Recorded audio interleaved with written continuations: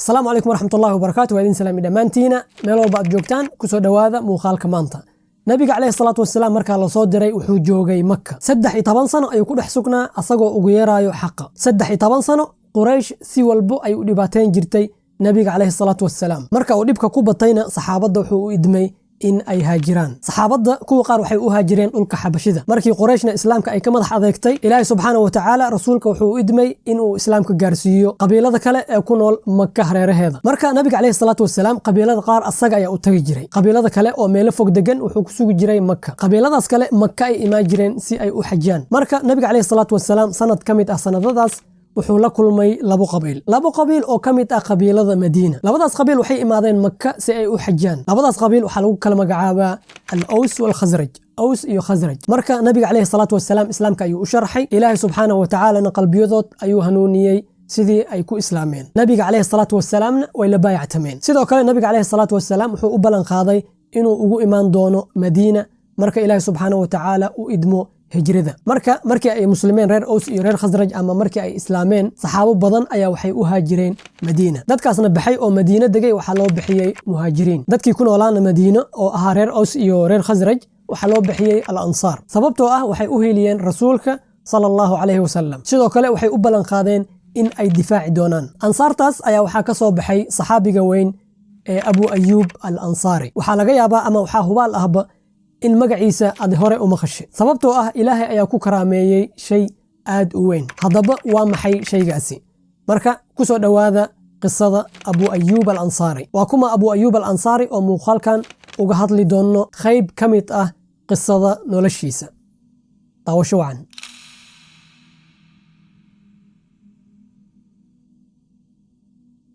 abka mota waa application ku suurad gelinaya in aad ka dhex dalbatid gaari taxi ama mooto adigoo la heshiinaya dareewalka kala soo deg Play Store-ka adigoo raacaya linkiga description-ka yaalo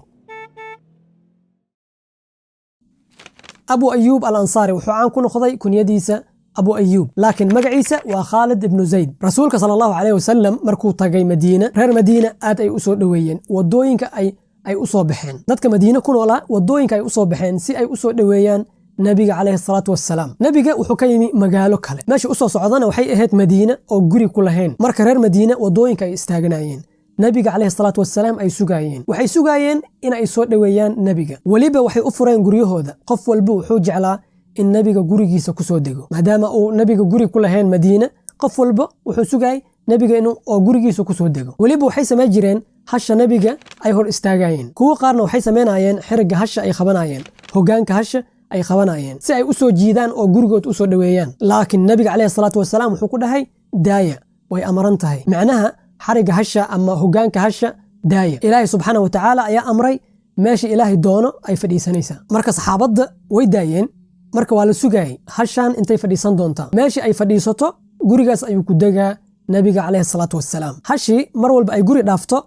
reerka gurigaas way murugoonayeen maxaa yeelay hashi ayaa dhaaftay inta ay gaarinna way faraxsanaayeen alashan niyadood waxa ku jiro hasha gurigeyga hortiisa ay fadhiisan doontaa kadibna nabiga ayaa soo dhaweynaa ama gurigey ayuu ku soo degaa marka dadka reer Madiina waxay sameynayeen hashi ay daba socdeen mar walba ay guri dhaafto waxay isleeyeen khalaas gurigan nasiib ma lahan nabiga agtiis kuma deganayo way sii soconayaan hashi ay daba socdaan marka waxa dhacday hashi si ay u socotay waxay hor fadhiisatay guriga Abu Ayyub al-Ansari markaas ayaa Abu Ayyub al-Ansari farxay oo waliba ku orday alaabtii nabiga wuxuu bilaabay inuu alaabta ka qaado oo soo dejiyo oo soo dhaweeyo laakiin hashi way kacday marka hore guriga Abu Ayyub al-Ansari fadhiisatay kadib way kacday subhanallah lama ogo yani sababta ay u kacdayna lama ogo cabaar ay socotay Abu Ayyub al-Ansari meesha ayuu ku murugooday subhanallah wax yar markay socotay way soo laabatay gurigiisa ay ku soo laabatay meesha ay fadhiisatay mar labaad haddana wuxuu bilaabay inuu ordo alaabtii rasuulku u soo dejiyo oo waliba ku dhaha soo dhawaaw rasuulkii ilaahayo guriga Abu Ayyub al-Ansari wuxuu ahaa laba dabaq laakiin hadegdegin ma ahan guriyaha dabaqyada oo maanta jiro ma ahan laakiin waxay ahaayeen dabaqyo oo yani dhoobo guriyo oo dhoobo ah laba dabaq laga sameeyay marka Abu Ayyub al-Ansari qaybta kore ayuu u baneeyay nabiga kaleey salaatu wasalaam laakiin nabiga kaleey salaatu wasalaam uu ka diiday wuxuu dhahay qaybta hoose ayaan rabaa marka sidaas ay ku degeen rasuulka sallallahu alayhi wasallam iyo reerkiisa qaybta hoose habeenkii marka la gaaray Abu Ayyub al-Ansari islaantiis ayuu ku yiri maxaan sameynay ma waxaan ku kor soconaa rasuulka ilaahay ma waxayna kala dhaxgalnay waxyiga iyo rasuulka calayhi salaatu wassalaam habeenkaas abu ayuub al-ansaari iyo xaaskiis ma seexanin subaxii markuu waaga bariyay abu ayuub wuxuu u tagay nabiga wuxuu dhahay xalay ma seexanin nabiga calayhi salaatu wassalaam ayaa ku yiri maxaa dhacay abu ayuub al-ansaari wuxuu dhahay waxaan xasuustay in aad joogto guriga iga hooseeya in aad degan tahay guriga iga hooseeya mar walbana waxaan ka baqaay haddii aan dhaqaaqo ciidda inay kugu soo daadato macnaha waxaan dhahnay guriga wuxuu ahaa dhoobo marka jugjugda kore ciidda ayaa soo daadanaysay abu ayuub al-ansaari taas ayuu ka baqaay ciiddaas inay nabiga calayhi salaatu wassalaam gaarto midda kale wuxuu dhahay abu ayuub waxaan kala dhaxgalnay adiga iyo waxyiga laakiin nabiga calayhi salaatu wassalaam wuxuu ku dhahay isdaji abu ayuubow aniga waxaa ii fiican qaybta hoose علشان mar walba dad ayaa ii imaado abu ayuub haye ayuu dhahay marka waxaa dhacday haddana habeenada ka mid ah ayaa waxaa dhacay weel biyo ku jiro guriga abu ayuub al-ansaari weel ayaa biyo ku jiray weelkaas ayaa dhacay dabcan weelku markuu dhacay wuu jabay kadibna biyihii ayaa daatay abu ayuub al-ansaari wuxuu dhahay waxaan haysanay caw oo dhaxanta iskaaga celino marka waxaan sameeyey cawdii ayaan qaatay ayaan isku dayay inaan biyihii ku khalajiyo weliba anigoo ka baqayo biyahaas inay gaaraan nabiga calayhi salaatu wassalaam marka abu ayuub asagoo ka sheekeynaya wuxuu dhahay maalinta labaad ayaan waxaan u tagay waaga markuu bariyay waxaan u tagay nabiga calayhi salaatu wassalaam waxay xalay dhacay ayaan uga sheekeeyey midda kale waxaan ku dhahay rasuulka ilaahayow meel adiga ka hooseyso kuma noolaan kari markaas ayaa nabiga calayhi salaatu wassalaam ogolaaday inuu dego qaybta kore abu ayuubna wuxuu usoo degay qaybta hoose meesha ayuu degay asagana marka nabiga calayhi salaatu wassalaam guriga abu ayuub al-ansaari wuxuu ku noolaa muddo ku dhow 7 bilood 6 bilood meelahaas kadibna waxaa la dhisay masaajidka rasuulka calayhi salaatu wassalaam meesha ayaa qolal loogu dhisay asaga iyo reerkiisa masaajidka rasuulka calayhi salaatu wassalaam waxaa laga dhisay meesha hasha fadhiisatay kasoo horjeedkeeda oo weliba ahaa kasoo horjeedka guriga abu ayuub al-ansaari marka abu ayuub al-ansaari nabiga calayhi salaatu wassalaam aad ayuu u jeclaa sidoo kale nabigana abu ayuub aad ayuu u jeclaa guriga abu ayuub al-ansaari wuxuu kasoo qaadan jiray sida gurigiisa oo kale marka waxaa dhacday maalin aad u kulul jawiga kulul ayaa waxaa dhacday cumar bin al-khataab ayaa wuxuu arkay abubakar as-siddiiq cumar wuxuu arkay abubakar oo gurigiisa ka soo baxay markaas cumar ayaa weydiiyey maxaa guriga ka soo saaray xilligan waqtigan maxaa ku soo saaray abubakar ayaa wuxuu ku dhahay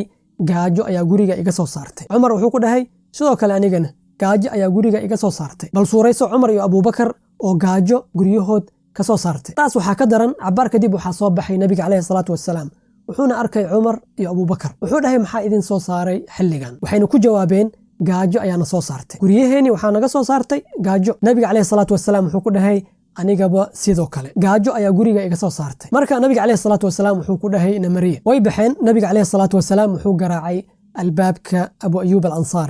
al-ansaari mar walba nabiga calayhi salaatu wassalaam cunto ayuu u dhigi jiray hadduu imaado nabiga ayuu siin jiray hadduusan imaaninna reerkiis ayuu siin jiray marka maalintaas albaabka markii nabiga calayhi salaatu wassalaam markuu garaacay albaabka waxaa ka furay ummu ayuub waa xaaskii abu ayuub al-ansaari oo magaceedu yahay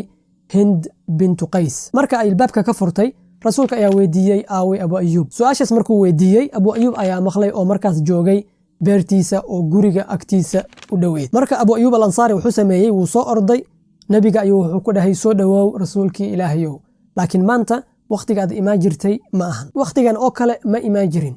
nabiga calayhi salaatu wassalaam wuxuu ku dhahay haa waa runta abu ayuub al-ansaari isla markii wuu dareemay in nabiga calayhi salaatu wassalaam gaajo ay hayso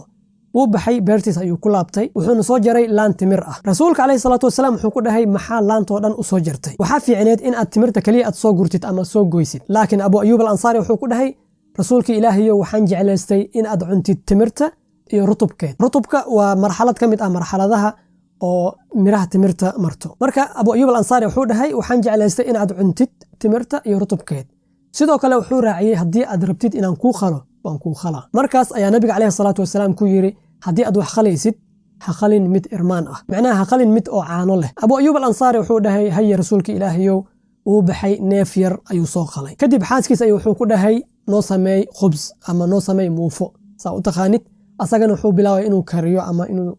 habeeyo wankii uu khalay neefkii yaraa uu khalay kadibna neefkii oo diyaarsan iyo khubskii ama muufadii ayuu nabiga calayhi salaatu wassalaam u dhigay iyo labadiisa saaxiib marka nabiga calayhi salaatu wassalaam wuxuu sameeyey qayb ka mid ah hilibkaas ayuu qaaday muufadii ama khubskii ayuu ku laabay kadibna abu ayuub al-ansaari ayuu wuxuu ku dhahay hoo faatima u geey macnaha hilibkan iyo muufadan u geey faatima muddo may arkin kan oo kale. Marka nabiga calayhi salaatu wasalaam iyo labadiisa saaxiib markii ay cuntada ay dhammaysteen, nabiga calayhi salaatu wasalaam ayaa waxa uu ku dhaartay kan nafteeda gacantiisa ku jirto, tan ayaa ah nimcad laydin weydiin doono maalinta qiyaamaha. Haddii aad tan heshaan waxaa dhahdaan bismillaah, markaad ka dharigtaanna waxaa dhahdaan alxamdulilaahi alladii huwa ashbacna wa ancama calayna fa afdal. kadib nabiga calayhi salaatu wasalaam wuu kacay. Abu Ayuub al-Ansaari ayaa wuxuu ku dhahay beri ii imaw, beri gurigayga igu imaw. maalinta xigta Abu Ayuub al-Ansaari guriga nabiga calayhi salaatu wasalaam ayuu aaday. marka rasuulka calayhi salaatu wasalaam Abu Ayuub al-Ansaari markuu imaaday, jaariyad gurigiisa joogi jirtay ayuu u hadeeyey, wuxuuna ku dhahay u samafal, inta ay gurigayga joogtay wanaag mooyaane wax kale kama arag. Abu Ayuub al-Ansaari wuxuu sameeyey jaariyaddii ayuu kaxeeyey, wuxuu u geeyey xaaskiisa. kadib waxay ku dhahday yaaleh. Abu Ayuub al-Ansaari wuxuu dhahay nabiga ayaa noo hadeeyey, wuxuuna dhahay u samafala. xaaskiisa Abu Ayuub al-Ansaari waxay dhahday sidee ugu samafalnaa si aynu u fulino dardaaranka rasuulka sallallahu alayhi wasallam. Abu Ayuub al-Ansaari wuxuu ku jawaabay aan xurreyno, xurriyadeed aan siino, taas wax ka fiican ma lahan, wax ka khayr badanna ma lahan. kadib xaaskiisa waxay ku dhahday sida saxda ah ayaa lagugu hanuuniyey. markaas ayaa xurreeyey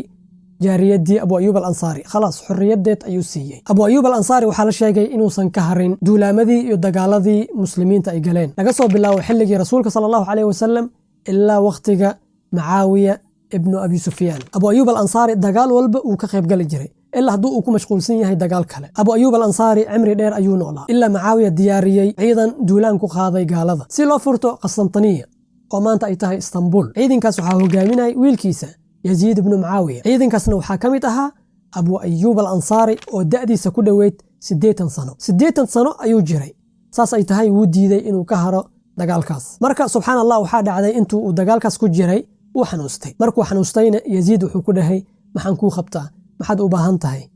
maxaan kaa caawiya. Abu Ayuub al-Ansaari wuxuu dhahay ciidanka muslimiinta iga gaarsii inay galaan dhulka gaalada, anigana ikhaad ee waxaad igu aastaan